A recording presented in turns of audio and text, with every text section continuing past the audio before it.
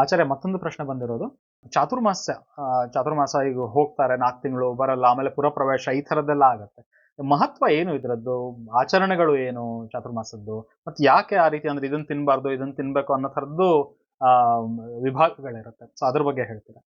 ಅಲ್ಲ, ಅದು ಚಾತುರ್ಮಾಸ್ಯ ಸನ್ಯಾಸಿಗಳಿಗೆ ವಿಹಿತ. ಇಂದ್ರಿಯ ನಿಗ್ರಹವೇ ಪ್ರಧಾನ. ಅವತ್ತಿನ ಕಾಲದಲ್ಲಿ ಮಳೆ ಬರೋ ಅಂತ ಸುರಿತಾ ಇರ್ತಿತ್ತು. ಇವತ್ತಿಗೂ ಕೂಡ ನೀವು ಎಷ್ಟು ಕಪ್ಪೆಗಳು ರಸ್ತೆಯಲ್ಲಿ ಬಂದು ಕಾರಿನ ಚಕ್ರದ ಅಡಿಗೆ ಸಿಗ್ತವೋ ಗೊತ್ತಿರುತ್ತೆ. ಕಾರು, ಬೈಕು ಚಕ್ರದ ಅಡಿಗೆ ಸಿಕ್ಕು ಸಾಯೋದನ್ನು ನೋಡ್ತೇವೆ. ಅವತ್ತು ಸ್ವಲ್ಪ ಸೆನ್ಸಿಟಿವ್ ಆಗಿದ್ದರು ಜನ. ಅದು ಸಾಯಿಸೋದು ಬೇಡಪ್ಪ, ಒಂದು ಕಡೆ ಇರೋಣ 4 ತಿಂಗಳು.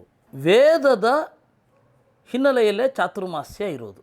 ಆ ಚಾತುರ್ಮಾಸ್ಯ ಮಳೆಗಾಲದಲ್ಲಿ ನೋಡಿ, ಕ್ಷತ್ರಿಯರು ಯುದ್ಧ ಮಾಡಲಿಕ್ಕೆ ಹೋಗಲಿಕ್ಕಿಲ್ಲ. ಯಾಕೆಂದರೆ ಕುದುರೆ, ಆನೆ ಇವುಗಳಿಗೆಲ್ಲ ಹುಣ್ಣಾಗಿ ಮನುಷ್ಯರಿಗೆ ಹರಡಿ ಸಾಯುವ ಸಂದರ್ಭ ಇರ್ತದೆ. ಅದರಿಂದಾಗಿ ಯುದ್ಧ ಮಾಡಲಿಕ್ಕೆ ಹೋಗಲ್ಲ. ಈಗೇನು ಪರಿಸ್ಥಿತಿ ಏನು ಬದಲಾಗಿಲ್ಲ. ಮೇಲ್ಗಡೆ ಎಲ್ಲ ಕಡೆ ಮೋಡವೇ ಇತ್ತು ಅಂದರೆ ವಿಮಾನಗಳು ಅಥವಾ ಹೆಲಿಕಾಪ್ಟರ್ ಎಲ್ಲ ಹೋಗ್ತದೆ. ವೈಶ್ಯರಿಗೂ ಸಾಧ್ಯ ಆಗೋದಿಲ್ಲ. ಮತ್ತು ಈಗ ನಾವು ಗಿಡ ಮರಗಳಿಗೆ ರೆಸ್ಟ್ ಕೊಡೋದು ಒಳ್ಳೆಯದು ಅಂತ.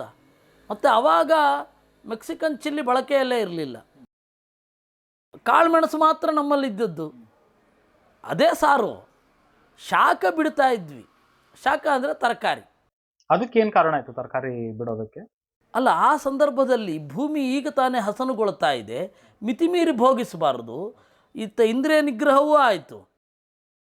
ನಮ್ಮ ಪ್ರದೇಶದಲ್ಲಿ ಯಾವುದು ಸಿಗುತ್ತೋ ಅದನ್ನು ಮಾತ್ರ ತಿನ್ನೋದು ಅಂತಾಯಿತು. ಈ ಗ್ಲೋಬಲೈಸೇಷನ್ ಏನಾಗಿದೆ ಅಂದರೆ ಎಲ್ಲದರ ಭೋಗ ಎಲ್ಲರೂ ಮಾಡ್ತಾರೆ ಅಂತ ಅಷ್ಟೇ ವಿನಃ ಇನ್ನೇನೋ ಬೆಳವಣಿಗೆ ಏನಾಗಿಲ್ಲ. ಅದನ್ನು ಬೆಳವಣಿಗೆ ಅಂತ ಕರಿಬಾರದು ಅಂತ ನನ್ನ ಅಭಿಪ್ರಾಯ. ಸೊ ಒಂದು ರೀತಿಯಲ್ಲಿ ಉಪವಾಸ ಅಂತ ಹೇಳಿ ಅನ್ಕೊಳ್ಬೋದು. ಎಲ್ಲದರ ಉಪವಾಸ ಅಂದ್ರೆ ಪ್ರಕೃತಿಗೂ ರೆಸ್ಟು, ಸಸ್ಯಗಳಿಗೂ ರೆಸ್ಟು, ಮನುಷ್ಯನಿಗೂ ರೆಸ್ಟು ಅನ್ನೋ ಥರದಲ್ಲಿ. ಯಾವ ಆ ಸಮಯದಲ್ಲಿ ಆರಂಭ ಆಗಿ ಯಾವ ಸಮಯದಲ್ಲಿ ಅಂದ್ರೆ ಮಳೆಗಾಲದಲ್ಲಿ ಆರಂಭ ಆಗಿ ಆಶ್ವಿನ ಆಷಾಢ ಏಕಾದಶಿ ಶುರು ಆಗುತ್ತೆ.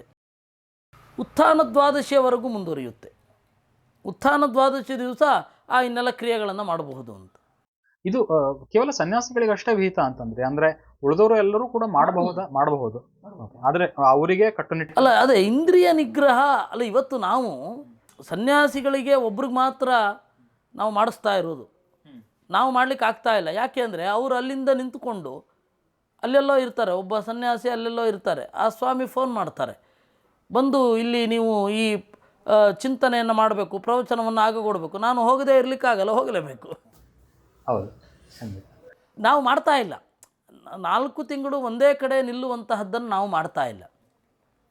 ಕೆಲವೊಬ್ಬರು 4 ತಿಂಗಳು ನಿಲ್ತಾರೆ. ಆದರೆ ವಿಷ್ಣು ತೀರ್ಥರ ಸನ್ಯಾಸ ಪದ್ಧತಿಯಲ್ಲಿ ಅದೊಂದು ಪರಿಷ್ಕಾರ ಬಂದಿದೆ. ಇಲ್ಲ, ಪಕ್ಷಾವೈ ಮಾಸಾಹ ಅಂತ, ಒಂದು ಪಕ್ಷವನ್ನು ಮಾಸ ಅಂತ ಚಿಂತಿಸಿ. ಅವಾಗೇನಾಗತ್ತೆ, 2 ತಿಂಗಳು ಅಂದರೆ ಅದು 4 ತಿಂಗಳಾಗತ್ತೆ. ಅದರಿಂದಾಗಿ ಅವರು ಸುಮಾರು ಸ್ವಲ್ಪ ದಿವಸ ಮಾತ್ರ ಒಂದು ಕಡೆ ಇರ್ತಾರೆ, ಆಮೇಲೆ ಉಳಿದಂತೆ ಬೇರೆ ಕಡೆ ಹೋಗ್ತಾರೆ. ಧನ್ಯವಾದ ಆಚಾರ್ಯ.